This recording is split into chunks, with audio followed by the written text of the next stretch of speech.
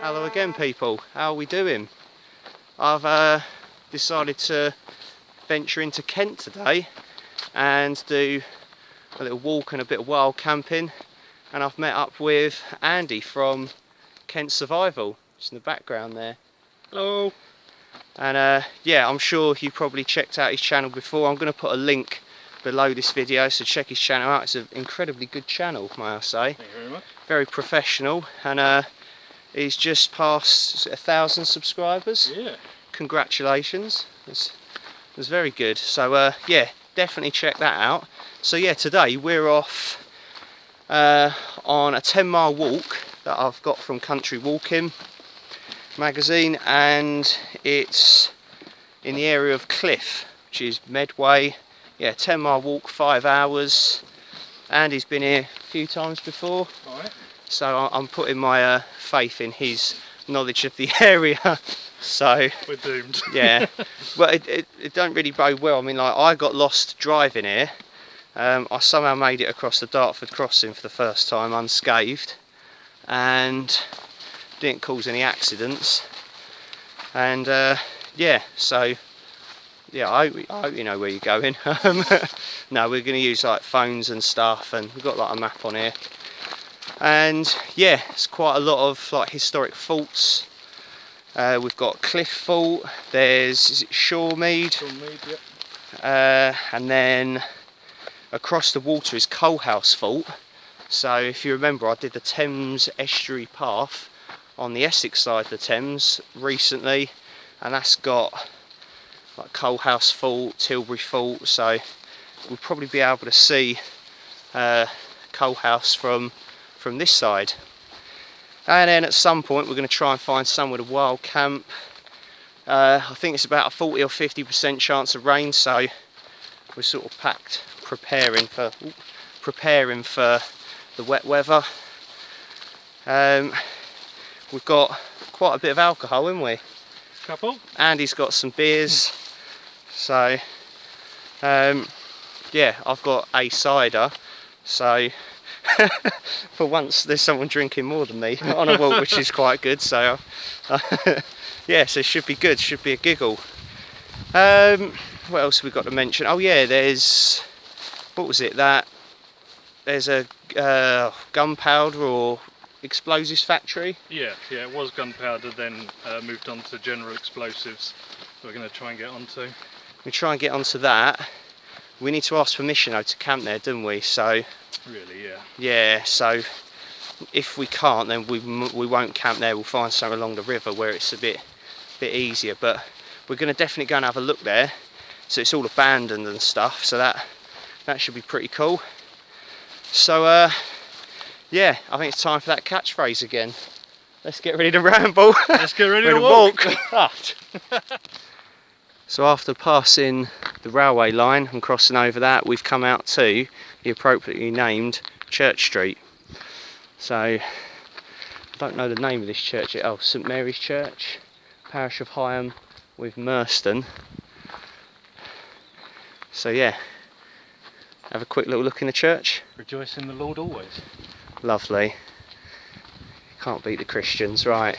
Let's yeah, let's have a butcher's. It's quite nice. It's a unique looking church with sort of the spire, and it looks like it's sort of off to one side. So, and I found out they keep the grass long in graveyards to sort of encourage wildlife and stuff. So they haven't got lazy or anything. It's just, yeah, promoting the wildlife and stuff.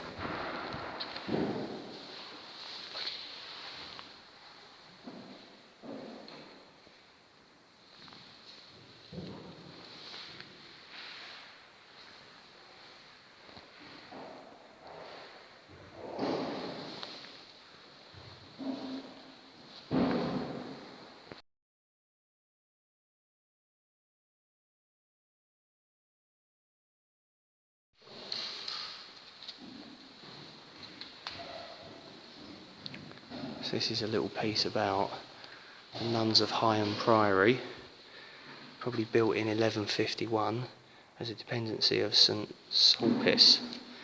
There is some uncertainty as the name Lily Church is sometimes referred to as the location of the abbey and priory. One historian described the history of Higham Priory as, like most medieval foundations, as confused and obscure.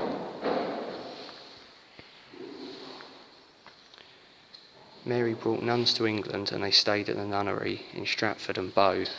They survived on money generated from a church chapel at Little Church. The French nuns had a dispute with the English nuns, and so King Stephen granted them land to build a Benedictine nunnery in 1148.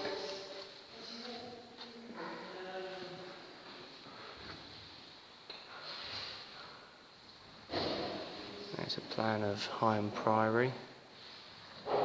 Finds from the site. They've Maidstone Museum now. Pieces of stonework.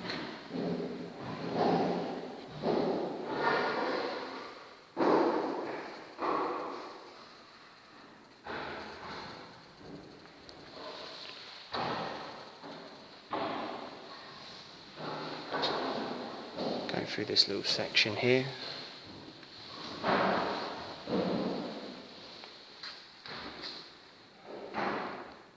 So we've just been in the church here, and the two cleaners in there were really friendly, and she told us that Charles Dickens' daughter was married here.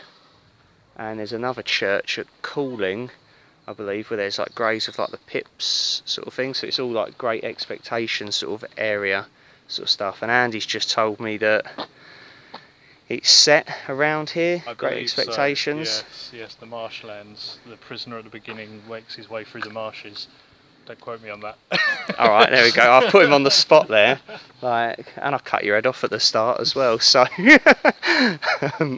yeah, good start, right. So yeah, that's a really cool little church, that. Unique looking, it was really old inside, as you can probably see by some of the footage. Hopefully it's come out alright. Okay, right. Let's carry on with the walk.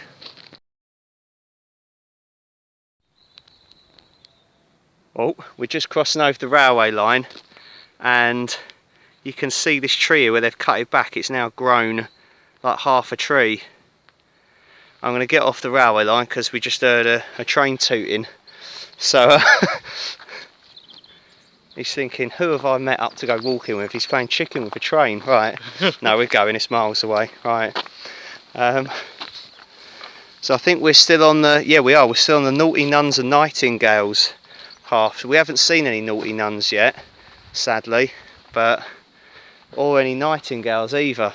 But so it looks like the river and sort of all the industrial, like the factories and stuff are over there. You can see some of the cranes and like the big windmills or wind generator thingy-mabobs. Yeah, so far we haven't got lost. So far. Lamb on the beach for dinner? Nah, they haven't responded to you. You could even say that's Silence the Lambs. Oh, go home, Tom. Go home. Go back to Essex. Go back to Essex. Oh, that might make the outtakes. Right.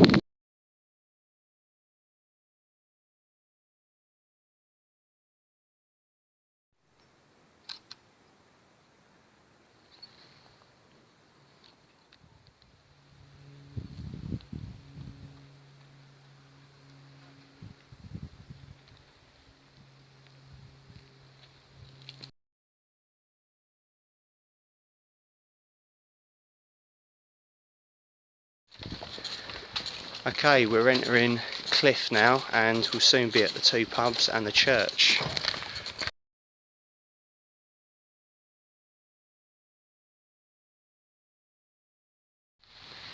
History records a settlement in Cliffe as far back as the Roman occupation, AD 43, when there was a crossing point over the Thames. In the 14th century, Cliffe had a population of about 3,000 people. In 1520, however, a great fire destroyed much of the old wooden village, and its importance waned until the middle of the 19th century, when the population was below 1,000 souls. The population today stands at over 6,000. As you can see, it's changed very little. We've just left the pub, by the way, the Six Bells. Points of interest. The High Street still contains some of the old timber frame buildings. The malt house in Church Street is of particular note. Many of the fine old red brick farmhouses built in the 18th and 19th centuries still exist in the parish. Much of the marshland is now designated as a site of special scientific interest and internationally renowned for its wildlife, particularly the overwintering populations of waders. In 2002, some of the wetlands on the marsh were incorporated in the new RSPB reserve.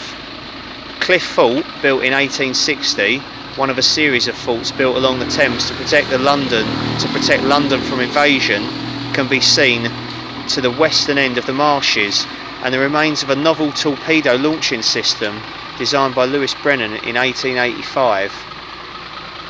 So we're here at the moment in Cliffe, and I think we're going to be heading sort of along round here, the other side of things along the Thames.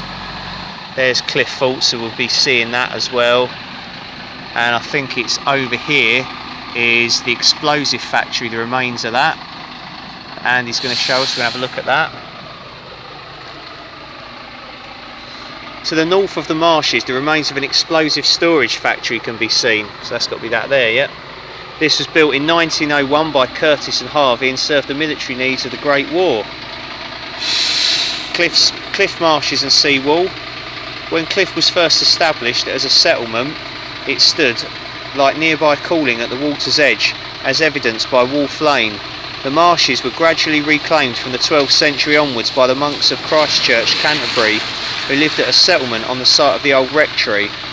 By the mid-14th century, the present-day coastline had been more or less established, leaving Cliffe considerably further inland. The sea walls have been progressively extended and heightened since then, partly to reclaim more land for use as pasture and partly as a sea defence. St Helens Church dates back to the 13th century. She's over there, we're going to be heading that way in a minute, and its sheer size reflects that Cliffe was once a town of some size and importance. The construction of alternating bands of flint and ragstone are very distinctive. Of note are the ancient porchway, the medieval pictures of the martyrdom of St Edmunds, the 14th century canopied stone priest seats, and a 17th century wooden pulpit. Cliffe has been closely connected to the cement making industry. The presence of clay on the marshes and an abundance of good quality chalk attracted the first factory in Kent, the Nine Elms Cement Company, in 1868. Cement was produced continually in the parish until 1970, when the last factory closed. The resulting chalk clay pits have become valuable for wildlife and leisure pursuits.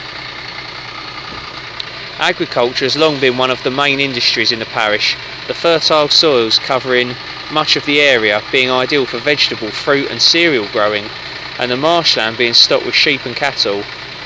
The farms today have evolved from the break-up of the large country estates dating back as far as the Norman times. In the 17th and 18th century, the farms would have been a traditional mix of crops and animals centred around the stockyard and the all-important barn. A few examples of these old barns can still be seen.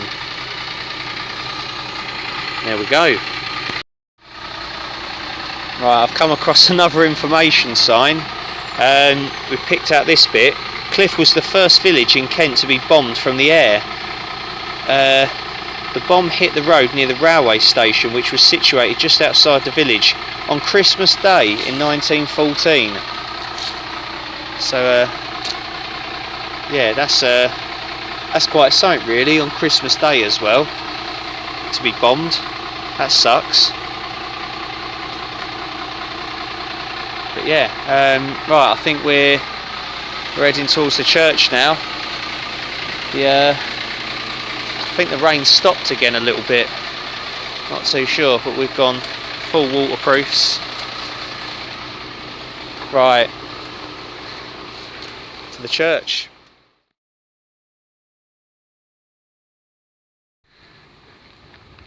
So this is St Helens Church in Cliffe, and I think there's something going on in there, so we probably won't be able to go in there and have a look, but I mean the outside of it looks amazing. So we've got all the different bands of stone, different colours. It's got those little round towers on the corners. That's a unique looking church, that. And we found another information board as well. So St Helens is one of the largest parish churches in Kent, reflecting its importance in the past. It is also the only church in Kent dedicated to St Helen, who was the mother of the first Christian Roman Emperor Constantine. Helen's piety led her to be an enthusiastic early archaeologist in the Holy Land. According to legend, she unearthed the true cross on which Jesus was crucified. That's quite cool. Although such stories may now seem unlikely, her example of searching for the place where God made peace with humanity through Christ's death can still be followed in a spiritual way. An ancient Saxon charter granted by King Offa of Mercia gave land for the building of a church here in 774 AD. This has been a place where Christians have met together to worship for over 1200 years. The first church would have been small and built of wood. A stone building followed, and a section of the earliest surviving stonework, including an ancient doorway, can be seen in the gable end on the far side of the church. I think where Andy might be now. The unusual banding effect on the walls is achieved by alternating layers of Kentish ragstone and squared black flint. It is quite unique looking. It's a massive tomb here as well. Show you a little bit of the graveyard. Behind us is a little track going down to the abandoned explosives factory. So I don't think we're going to have time to detour off the walk and do that today, but we may well come back and do that tomorrow. That's where the scrambling bikes are going. So they started up on cue as soon as I started filming, just like, he's filming! Caravan? Up. Oh, there's a caravan here as well. The remains of one. That reminds me of the bit in Top Gear when they go on the caravanning holiday and burn it down. Yeah, not a lot left of that one. I wonder what caused the fire. Like, the gas canisters look a bit suspect, but yeah. So we're heading down this track here and start to see like these chalky cliffs emerging as well, and then there's like the reservoirs out there, and yeah, I think we're soon going to be arriving at Cliffe Fault, which is going to be pretty interesting. So over there on the Essex side of the river we've got the Thames Estuary container port, and other side opposite Cliffe Fault we're going to see Coalhouse Fault as well, which I've been there before as well when I did Thames Estuary path. So we're still heading through the RSPB Nature Reserve at the moment. So we're now out on the Thames itself, on the foreshore. Of course this is the aggregate works, and then Cliffe Fault is just behind it. So I don't know if we can actually get onto it because it is sort of private property, and he says you can sort of sneak in there and stuff, but it could be a little bit risky, not too sure yet. And yeah, I think the plan is we're going to start looking for spots to wild camp now along sort of the foreshore and stuff. The tide is coming in a little bit though, and so behind us now is the explosives factory way back there, so we'll probably have a look at that tomorrow. But yeah, this is nice. I've seen this in one of Andy's videos. Right, we've arrived at the remains of the kiln for the cement buildings at like the cement and aggregate factory here. So Andy's just showing us our way to it. He says it looks a lot more interesting from the air, but a lot less interesting from here at this point. So let's check it out. Okay, we've climbed up onto the top of the old cement kilns, yeah, and yeah, sort of these individual little holes dotted along you might be able to see. And apparently Andy says there used to be like these cones on top of these coming out. And yeah, we just climbed up through a little gap there, round the side. Just give you a little view of the surrounding area as well. It's not a bad view. So yeah, the explosive factory is somewhere over there.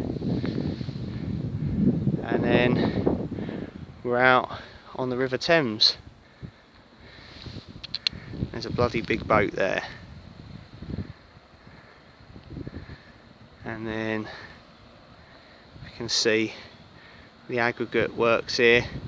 And then I'll go this way, just to the left of this, like, no, to the right, sorry, of this like pyramid of like gravel and stuff. In between the crane there's a little watchtower there. That's part of Cliffe fault, isn't it? Yes. The watchtower. So what's that? Is that, looks like World War II, is it? Or Good question. I think it started in Napoleonic. oh really? Oh, it looks quite modern. So yeah. It was pretty added to. Yeah, it's probably added That's to it, what yeah. we're on. Ah, right, hang on. We've got a so there is 9 Elms Cement Works. These are the kiln that we're stood on right now. nice. So that's what would have looked like, or kind of, what is that? That's what it was in the day. Oh, nice. So there's a lot of buildings around here. So now they're all sort of like overgrown and whatnot. And 1866. 1866. Nice bit of history there. A little bit of a drop down there. It's a bit. I don't like heights particularly. This is about the limit. Yeah, it's a little bit hairy, this. Did I say 1866? Yeah. Yeah, some of this is moving underfoot a little bit. Cool, you can imagine on Google Maps this looks really cool. It's just, I always Yeah. thought these were like gun placements of some sort Yeah. when I was younger. No, that is cool. So there's 9 of them in total. Hence the name. So let's see if we can get a little bit further along. I can see some horses over there in the distance.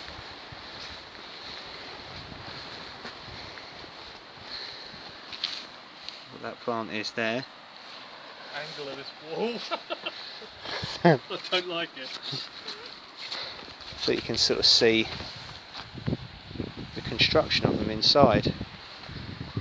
Yeah, they're concrete walls and they've just chucked rock in, haven't they? That's it, yeah. That's pretty cool. Well, I don't know about that bit there. I don't know about any of it, to be honest.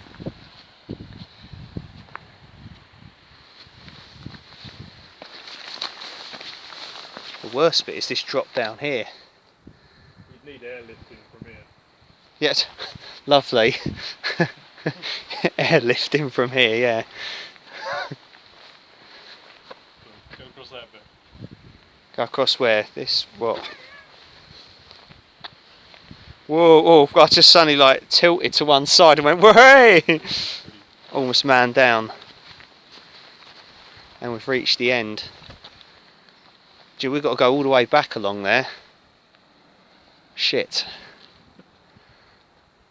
That's pretty cool though, like they're still preserved. I can see a car over there in the distance. Do you think they're watching us? You'll be alright because you're in like sort of dark green, I'm in bright red. See me. Yeah, I'm just my like, camo trousers are covered. I'm like, woo, I'm here. It's just, yeah, I'm asking for it. Maybe I should embrace the whole camo thing. Right, the car's moving now. Reckon we should hide? Well, no, we're fine where we are. We're not doing anything wrong. Just climbing up. What they're doing. Could be dogging. We'll soon see. Oh, and he tripped over something there. Look at the floor, not your phone. Nearly man down there. Go on. This is where we used to be able to access the fort. Someone had bent down some of these bits of the fence here and you could get over, up, and then that fence never used to be there. and this never used to be flooded, though it's not that bad right now. And someone has taken some of these parts of the fence out up here, haven't they? Oh yeah, so you someone's can been just up see. there. Crafty. And then what's... this is This is your torpedo, I don't know what you call it, torpedo 40 steps. thing. So it's like a torpedo rail, Yeah, and I think it's a wire guided torpedo, right? that's correct. I might have a little bit on it from Len Bannister of Country Walking magazine. What have you got to say, Len? Yeah, here we go. Oh, it's in my bloody plastic bag. Apologies, hang on. This is pretty cool though. That's a good photo as well, right there. Right. Some milk. Oh, some milk, some random milk there. That's definitely gone off, that milk. I'd give you 50 quid if you drunk that. It's not separated and it's full fat. I don't think it's that old. No, What's I'm gonna have to give him 50 quid. What is the date on it? 20th. The It's 20th. the 16th. No. This milk's good. Right, I'll take the 50 quid back. That's because you may well drink it. I don't know. It's got to be better than UHT. Yeah, that's a load of shite. Oh. I think it's alright. I'm not drinking it. Oh, fair. Right, cool, good. My 50 quid my safe. 50 quid's safe because I ain't got that kind of money to spend at the moment. Brilliant. Right, anyway, right, what does Len Bannister have to say? Right, the launching rails beside Cliffe Fault were wire-guided Brennan torpedo, and it was installed back in 1890.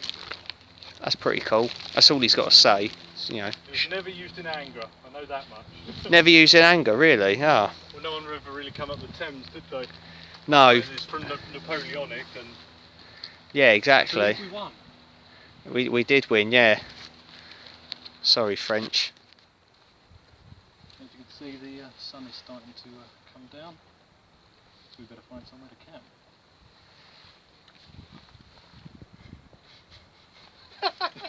Was that a dance? Huh? Was that a dance? It was a misguided hip movement. It was bad. It's cool, isn't it? Cut that Nice. out.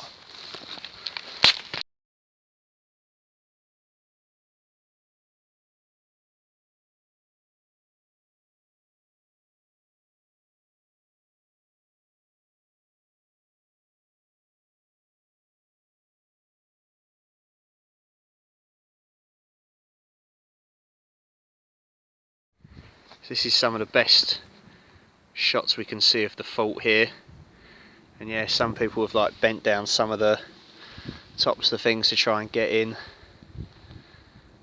That looks pretty cool. It doesn't look that big a fault from here, but I suppose it's massive inside. When you get in, yeah, you kind of see the scale of it, 'cause it's just like a flat wall out here, isn't it? Yeah. Well, this is the barracks area, this side. After unsuccessfully trying to get into Cliffe Fault, we've come across this shipwreck, which are you going to tell us about? I'm trying to remember. Just frantically searching Google. I can't remember. It's a barge. It's a barge, okay. And it was used, just pulled around without an engine for years until it ended up here. It kind of... Oh, so it's like a horse-drawn barge, sort of? No, it did have an engine, but then it was just used as a barge to be... I think it's Dutch. Ah. Hang on. That little bit here, I'll zoom in, that looks like where they stick your head through like a set of stocks. Oh yeah, it does, doesn't it? It's probably not, but It's got nowhere for the hands. yeah, I'm just making up history there. Then we come across some horses as well. They're not wild apparently though. It's the Hans Egghead. E-G-E-D-E. The Hans Egghead. Yes. There you go, that's the name of that boat. And it says here there's wild horses roaming the narrow paths. I told you they was wild. Yeah, they look wild. That's like the Rolling Stones song. Yeah. There's this little one here as well.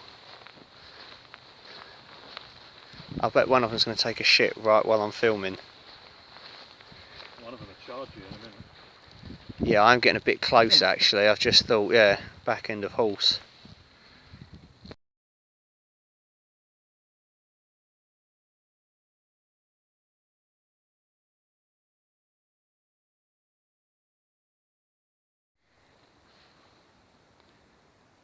Just in front of the Egghead ship here, well across the water actually, is yeah, Coal House Fault. So it's like basically mirror opposite of, well, of Cliffe Fault where we are. Little bit of trivia for you. Coal House Fault was used in some of the opening scenes of Batman Begins. I think when he's in prison, did you say? That's right, the Chinese or Tibetan prison. Chinese prison, that's it, yeah. And that's before he meets Liam Neeson in it. Yes. Yeah, it's that bit. So yeah, they filmed that at Coal House Fault. That's pretty cool. So yeah, Christian Bale's over there. Nice. He's still there, legend. He's still. So we've got this really nice scenery here now, sort of with all the, you know, the wood and the stuff sticking out of the water, and I say the wreck of the ship. Definitely probably the best part of the walk I reckon so far with this, and yeah, and Cliffe Fault behind us. Right, we're going to start looking for somewhere to camp. Right, it's gone 7 o'clock now, so we come off of like the sea wall, the footpath and stuff over by the estuary there, Thames, sorry, and we come out to this sort of lake here, and we've sort of gone sort of through the bushes and that, and we've come out to, I'll turn you round, we've come out to this little sort of peninsula or promontory as it were, sort of thing, into the lake. So we've kicked all the horse shit off of it, and yeah, it didn't sink, floaters, and yeah, we're gonna give it a go setting up here tonight, I reckon. And I feel like a little bit of rain in the air, a little bit. So and I believe we've both got the same shelters, haven't we? Yep. We've we've both got the OEX Fox one man tent. That wasn't planned, by the way. His and hers. We just got to figure out who's her. Yeah, exactly. Well, you've got the longer hair. Like that's, I used to have long hair, but yeah, we'll figure that out. And I've also got the OEX bush tarp, so we'll probably set that up, I don't know, possibly in the middle, so we've both got something to sit under and cook and stuff, rather than having to stay cooped up in the, you know, the little tents. So yeah, right. Andy's just filming now, but yeah, we're gonna get set up, and you'll see me, or you'll see us in a bit. Should be a good one, this.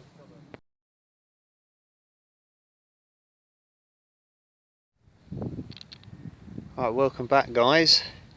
Don't know how much of this you're going to be able to see, but it has got pretty dark now. Cliffe Fault is over where those lights are, and then sort of the container port's right over there. So yeah, we're just on the edge of this lake, and we're set up. There's my OEX Fox one, and here's Andy's. I think he's just gone over there for a bit looking for driftwood and stuff, maybe for a fire. So yeah, I'll just quickly show you what gear I've got. Quickly also, what I'm gonna have for dinner tonight is this one of those boil in the bag things, Beyond the Beaten Track, and it's a, you see now, like meatballs and pasta. I'm going to use the OEX XT3 gas stove. I've got plenty of gas because I wasn't sure how much is in these little ones, so I just bought them all out. I've also got my little XT2, the smaller gas stove they've got.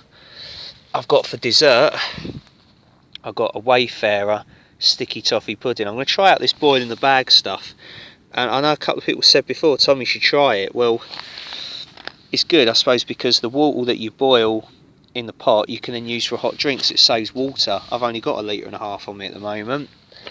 So yeah, inside the tent, I've got my Cumulus down sleeping bag, the OEX self-inflating half pad, got my OEX down jacket there, and all the OEX thermals as well. Pretty much everything's OEX, I think, really. We've sort of I think we're both kind of trying to get sponsorship here by the looks of things. The bush tarp I'm going to set up in a minute, because that's OEX as well. Got a cocoon silk sleeping bag liner in that, the stuff sack pillow up the back there, so I'm using that tonight and just putting all the, you know, bags and spare bits inside that. And then I've got my, down the foot end here, that's going to be my lower sleeping pad, is my Osprey Talon 33 litre rucksack. So I've got the half pad and that for the feet, should be fine. Yeah, I'm gonna get cooking this, so I'll let you know what it's like. Okay, so I've cooked up this beyond the beaten track meatballs and pasta, and got myself a fudge flavoured hot chocolate there. Right, let's do the taste test. I've had a little bit already, I'm not going to lie. I'm absolutely starving. So yeah, cheers. The pasta's a little bit cold, but the meatballs quite warm. And that's decent, really. I mean, like, you know, it's as good as like something you'd have at home, really. Excuse the table manners. Absolutely starving. Right, verdict. Let's give this an out of 10 rating. So, beyond the beaten track, meatballs and pasta, I'm going to give you 8 out of 10. Yeah, I don't know if it's because I'm starving, but it's pretty decent. And once I got a gas canister on that I think had a significant amount of gas in it, it boiled up fairly quick, I think. And yeah, so we're tucking into some food. What have you got again over there? Sorry, I've just blinded you with the light. I have got an adventure food pasta carbonara. It's a dehydrated one, so it's just reconstituting at the moment. I really want to try one of them out. They look pretty good. I've had the Mountain House ones, and to be honest, I've not been that impressed. Oh really? Because I've got one of them to try out at some point. So yeah, I wasn't that into that one, so we'll see. I think it all depends on sort of the flavour you get and stuff. Depends. I've got rice pudding with strawberries at home somewhere, waiting to test it out. But We can't go too wrong with that. it's really lightweight. It feels like just air. But yeah, right. Anyway, we're going to tuck into some food. So chat to you in a bit. Oh, I'm just waiting for my sticky toffee pudding to cool down a little bit, and we're going to crack open some alcoholic beverages each. So I've got representing the ciders, I've got a Brothers strawberry and kiwi English cider, born in a field in Somerset. It's 4%, and there's, yes, juicy strawberries, crisp kiwi juice, delivering a delicious, clean, refreshing and natural taste. I haven't got any ice to serve with it, but yeah. So yeah, we're going to give that a try. Right, I'm going to crack it open. Go. So tonight I've got Camden Hells. If you watch my channel, you'll know I've had these before. It's a lager, and it's a lager with a bit more flavour. So if you don't like full-on hoppy IPAs and all of that, it's quite a nice one to have. I'm enjoying it. Decent, right. I'm going to give you my verdict on this Brothers strawberry kiwi cider. Okay, cheers. Cheers, Andy, for joining us on a cracking camp. Cheers. And a walk. Cheers. I'm going to try not to blind you with this light each time. I'll turn you away. I'm not being antisocial. Okay, and cheers, guys, for watching as well. Let's give this a go. Oh, hello. That's quite nice, actually. It's not as sweet as I thought it would be. I thought it might be a bit sickly, but that's quite nice.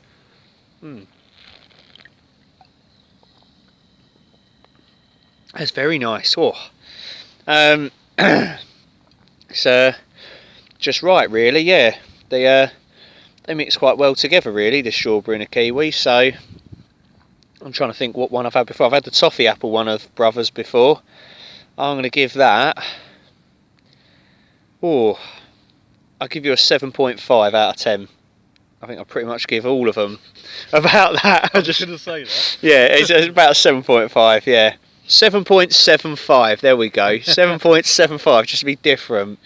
Brothers strawberry and kiwi cider. Cheers.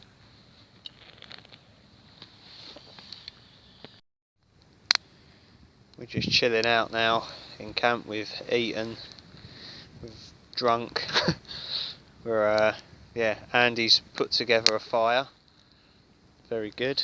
Survival skills. Survival skills. I have demonstrated none. I was like, I'll watch the fire. Yeah, no, there was no fire logs used in the construction of this one. This was all actual skills. But yeah, we're just sort of trying to dodge the smoke really, but it's about 9:30 now, and yeah, so we're all set up and stuff, and yeah, we've got ourselves a really good little spot here. It's a decent one, so we just sort of see the odd big ship going over the river over there, because there's sort of like a pathway and stuff sort of separating us, like sea wall. You won't be able to see anything here, but yeah, the Thames is somewhere over there. And so what's all those lights over there, what's that area? Is that? Oh, right, where are we? So that's west, I believe. If that helps. It's between Cliffe and Gravesend. Oh, okay, yeah, so that's probably Gravesend over there then. Well, Sort of thing, Gravesend's more that, I think. So I don't know exactly where that is. What's it between Cliffe and Gravesend? I know all these are like cement works and aggregates and stuff like that. So there's the port over there, and then you've got Cliffe Fault over there somewhere in the darkness where all them lights are. I thought we saw people around there earlier with like head torches and stuff, but I think they've gone. It's probably like scrambling bikes and stuff like that going up and down there. Murderers, yeah. Hopefully no paedophile terrorists, eh? That's a private joke, you won't get that anyway. It probably won't make the final edit either. I'm probably just going to cut that shit out now anyway, so moving on. Alright guys, I don't know if you can see me too well in the light. Bit Blair Witch action going on again. It's just gone midnight, and yeah, me and Andy had a few laughs really, just sort of admiring the views sort of like the Thames and that, and sort of had, you know, another drink or two, and yeah, just sort of chatting really. It's been good. So I think we're going to get some sleep now, try and get up early, sort of want to be up about sort of 5:30, 6 o'clock again. Hopefully if we can get a good sunrise, sort of capture that as well, and then we're going to head on. We've got another fault to look at tomorrow, sort of heading back to the cars rather, and there he is, Blair Witch. See, if I hadn't spotted you, if you'd have just like turned up in the dark, that'd have been really creepy. So woo, yeah. Anyways, yeah. So yeah, I'm gonna say good night now. So I'll see you in the morning. Laters.